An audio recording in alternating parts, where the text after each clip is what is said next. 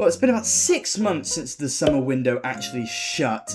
So now, with a bit of hindsight, with the season almost done, let's go back and actually rate how well each team really did in that window. We're going to do this in alphabetical order, rating each team's window out of 10. Without really too much preamble, let's just get into it, starting with Arsenal, 4 out of 10. They didn't have a really incredible window. Of course, they are high-flying and in first place, but when you actually look at their window, you're realising the reason they are so high-flying is everything that's been built up beforehand. Who they actually signed this summer. Eze, who's actually barely played for them and has only turned up when it would be a bit funny, scoring 5 times, or is it 5 times against Spurs, which obviously is funny because he snaked us at the last minute to join Arsenal, our fiercest rival, in the last second, and Thomas Frank saying, Eze who? And then him dropping the only ever, still to date, North London derby hat-trick ever, and he also scored against Palace,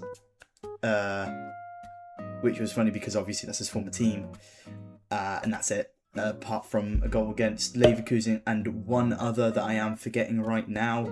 But yeah, as well, Gyökeres, he's their top scorer, but the hype around him, and he's only really come into it a bit like now. The memes about him, he doesn't actually look very good when you actually watch him play football. Maybe he's getting into more form when you're actually looking at it though.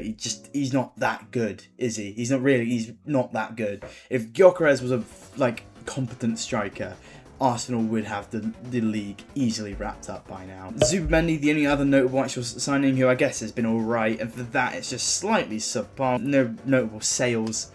Yeah. Villa, 3 out of 10. No notable signings, and losing Rashford and Asensio through their loans ending. Their marquee signing being Evan Gassand, who has been cataclysmically bad. Just awful business. 30 million for a guy who scored no goals, assisted 0 in 13 matches. That's their biggest signing of the summer window, and he's been absolutely naff. He's done nothing for them. So obviously it's a pretty bad window, 3 out of 10. Not to mention that he's now been loaned out. He's already out. He signed in the summer and he's already gone. Bournemouth, 6 out of 10. To have lost so many players making a heap of money and still be playing pretty well, still be pretty high in the table, it's pretty impressive. They've gotten decent replacements to who they've sold. Yeah, Petrovic was a pretty amazing signing, replacing Kepa in net. Krupi, well, I guess technically he was signed last season, he's back now and he has been really good. A young player who could really kick on and be one of Bournemouth's best players. Everything else about them has been pretty good, so they're just above mid, halfway, pretty good window. Brentford, 8 out of 10. To have lost their strike partnership in Wissa and Mbeumo and to still be fighting for Europe is incredible. The replacements have really helped them. Utara is a great signing. Iga Thiago, an amazing signing. Obviously, they have been helped with them being able to replace their strike partnership with the signing from last season, Iga Thiago, who has actually come through now and looked amazing. But also, Callum Kelleher, an insane signing. An insane signing. Just, I can't believe Liverpool have let him go. Just such a good signing. He should be playing for a much better team than Brentford. He's a great signing and he's really propped them up to where they are now. So yeah, it's a pretty good window. Yeah, and Utara, who has 12 goals and assists, also helping in there to make this all a pretty good window. Burnley, 4 out of 10. I mean, they're going down and they haven't really signed anyone. Armando Broja, pretty shit. Carl Walker, so unbelievably past it. And I mean, they just weren't a good enough team. Sure, the team's improved, but it's still a pretty shit window when you're looking at all the other promoted teams, and now they strengthened upon a good championship team into a good Premier League team. They just didn't do that, and for that reason, it's a 4 out of 10. Everton, 6 out of 10. I think it's safe to say that Everton absolutely improved on their squad from last season, and it shows in how they're 8th and fighting for Europe this season. They got rid of all of their aging deadwood like Calvert-Lewin and have brought in talent and also proven players. Talent like Dibbling, who could still come good. It was a lot about Dibbling. They really paid a lot for him. I think 40 mil or so, which I mean, from a 19 years of age, he still could come through, but he's really not played that much this season. But Dewsbury Hall was an amazing bit of business. It has been amazing for them, absolutely helping them to be in there fighting for Europe at the moment, in 8th at the moment. And if Dublin had actually hit the ground running, Everton would absolutely have themselves probably the best window of any team in the Prem. Leeds, 7 out of 10. It's a pretty good bit of business from Leeds this window. Getting rid of all of the players that weren't up for the Prem and signing in ones that were. They were able to transition from a good team in the Championship to a good team in the Premier League. And for that reason, they've been able to prop their season up and be nowhere near relegation. Calvert-Lewin, on a free, has scored 10 goals for them.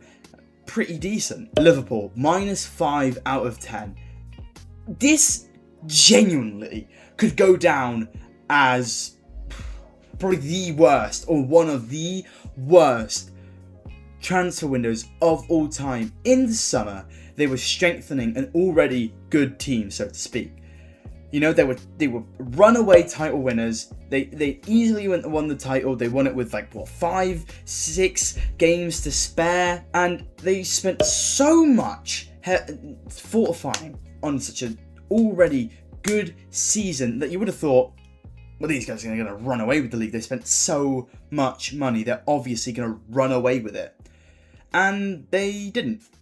They absolutely didn't. They have been the worst title defenders of all time. They spent 100 million on a player that was probably one of the most clowned on signings of all time in Florian Wirtz. They spent 150 million on a striker after they'd already spent 76 million on a striker who is probably better than Alexander Isak and has showed in this season to be the better player.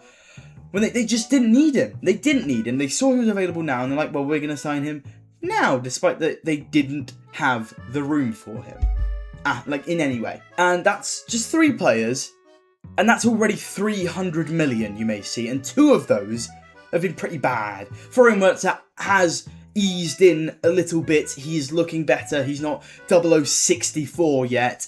No, he has contributed a bit, but he's still pretty shit. And Liverpool are really shit. They are 7th. They might not even make Europe. This is insane. This is unprecedented levels. And on top of that, they signed Milos Kerkez and they signed Jeremy Frimpong. More. And there's still more. They signed, who was it? Giovanni Leone. He did his ACL in game 2. And despite all of this, there is still no depth in this squad. Somehow there is still no depth in this squad.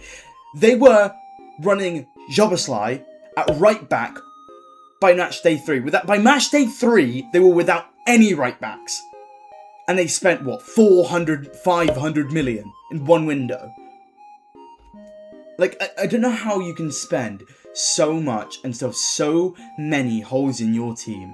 They spent money where it was not necessary. They did not need to buy Isak. I think we all thought when they bought Isak, that's it, bro. This is such a stacked team. But you need to look down. You need to look below. This isn't like a kid's FIFA career mode where you're buying Mbappe. You're buying every single amazing attacking. You need good defenders. You need more than 2 centre backs. All right. Because they didn't sign Guehi, now he's gone City. They don't have enough centre-backs. Kanate looks so bad. Van Dijk, still decent, but is probably getting to washed at levels. And that's their 2 centre-backs. They're still running Joe Gomez in 2026. Joe Gomez. That's right, they're running Joe Gomez. Still, they're running Joe Gomez. 150 million could have gone into buying maybe 3 centre-backs, which they so desperately needed. Maybe another right-back, which they so desperately needed. So yeah, I mean, this has become a mini rant video on Liverpool, but easily the worst transfer window from that summer window. Moving on. City, 6.5 out of 10.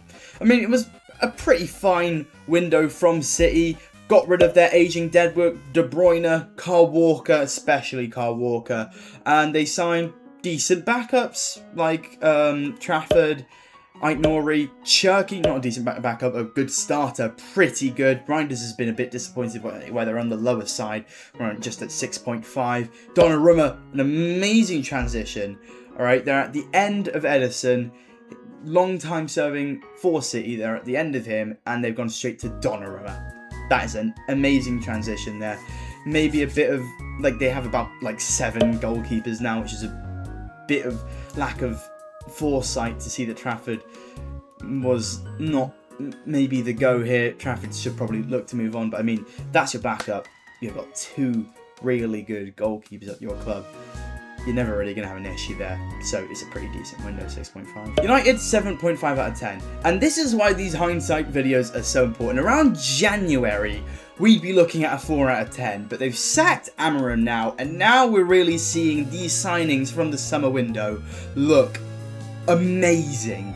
Shesko, Mbeumo, Cunha have actually become a really, really, really deadly front 3 under Michael Carrick. They're looking amazing, they're high-fiving, they're scoring goals, they're winning games. So now, this actually looks like a pretty decent window.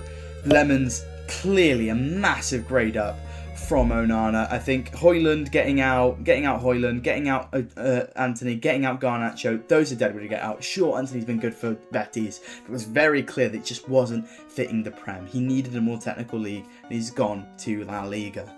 Newcastle, 5 out of 10, and this is a window that's all over the place, and even with hindsight, we're not going to get the full extent of it.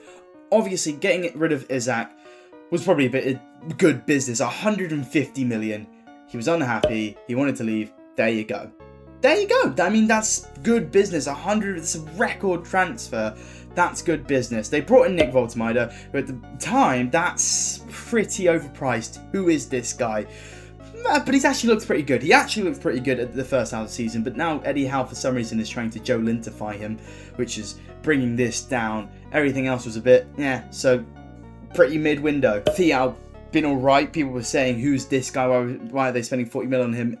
Milan fans were referring to Thiago as the second coming of Adolf Hitler, but he seems pretty alright for Newcastle, so decent business. Forest, 4 out of 10. This was a pretty nothing window, and obviously, even if it's a nothing window, they needed to reinforce themselves, because now they're in a relegation fight. Their marquee signing, Amari Hutchinson, has been pretty shit, and hasn't even played that much. He's got 6 GA in the Prem, 5 assists and 1 goal, and he's only started 39% of matches, and that's their marquee signing.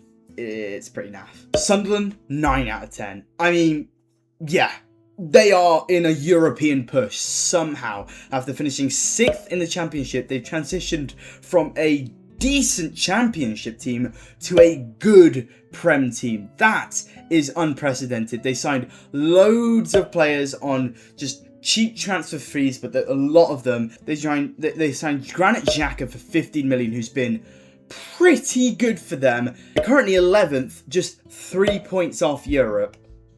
That is pretty amazing. They're nowhere near even the picture, even the idea of relegation. When people had them, they had predicted them bottom, and they've somehow surpassed every expectation to be up fighting for Europe. So obviously, I'm going to have to award Sunderland, as of March 2026, with hindsight, the best summer window of 25-26 season. Next up, it's Spurs, 5.5 out of 10. And I want to give Spurs higher here. I feel like the summer window was not really the issue with our season. The recruitment obviously hasn't been the best, especially in January. But if we're looking at summer, I think for what we had, it was pretty decent. We needed like a good cam, especially after Maddison tore his ACL. Xavi Simons, I think, was that, and has shown glimpses that he was that, but has not been always the best. Signing Matthijs Tel on a permanent fee, as we're seeing now, was definitely the right decision at only 35 million. Vishkovic for 11 million is ridiculous. Amazing business. The issue is definitely loaning him out, which is definitely bringing this down as well. But ultimately, with where we are, I can't rate this very highly. There are lots and lots of issues with this team, but I don't think the summer window was to do with it. It's definitely managers related and things like that. I think this window was pretty decent, but obviously being 17th and threatened with relegation, I'm going to have to mark this down to a 5.5 out of 10. I mean, as well, Kudus was amazing business, but he's been injured for a month. Tell, pretty good business, but the terrorist that is our manager didn't play him, same as Vrškovic. He loaned him out for some reason. But yeah, the loaning out definitely has to counter in. So, yeah. Penultimately, we have West Ham, who have a 3 out of 10. Because obviously recruitment have definitely been part of their undoing. I mean, just Finance for 40 mil, who's been wang. Debo, shit. Sold Kudus, who was definitely their best, if not second best player at their club behind Bowen. So, yeah, it's the reason they might get relegated. 3 out of 10. Wolves, 0 out of 10. I mean, as well, they're bottom. They're looking at being the worst Premier League team of all time, but have kind of turned the ship around slightly with Rob Edwards. They signed a bunch of nobodies. They signed and then sold Strand Larsen in the time being. Yeah, it's a pretty shit window, 0 out of 10. And with that is every Premier League team's summer window with hindsight. Let me know what you thought. Let me know if you'd rate anyone higher, lower, if I'm out of my mind in certain places, biased against Arsenal, or biased in favour of Tottenham. And other than that, thank you for watching to this point. Watch out other videos on the channel, especially the Rayo video essay, which I worked very hard on over the course of a few months. That was the video prior to the last video. Maybe watch for the Tottenham rant video, which came out last, which was pretty. I'm happy with that. How it turned out. If you like watching people suffer, if you like watching me suffer, give it a watch. And without further ado, I've been Ollie Mudkip. Check out my Twitch, check out my Twitter, check out my Discord in the description below, and I'll see you all next time. Goodbye.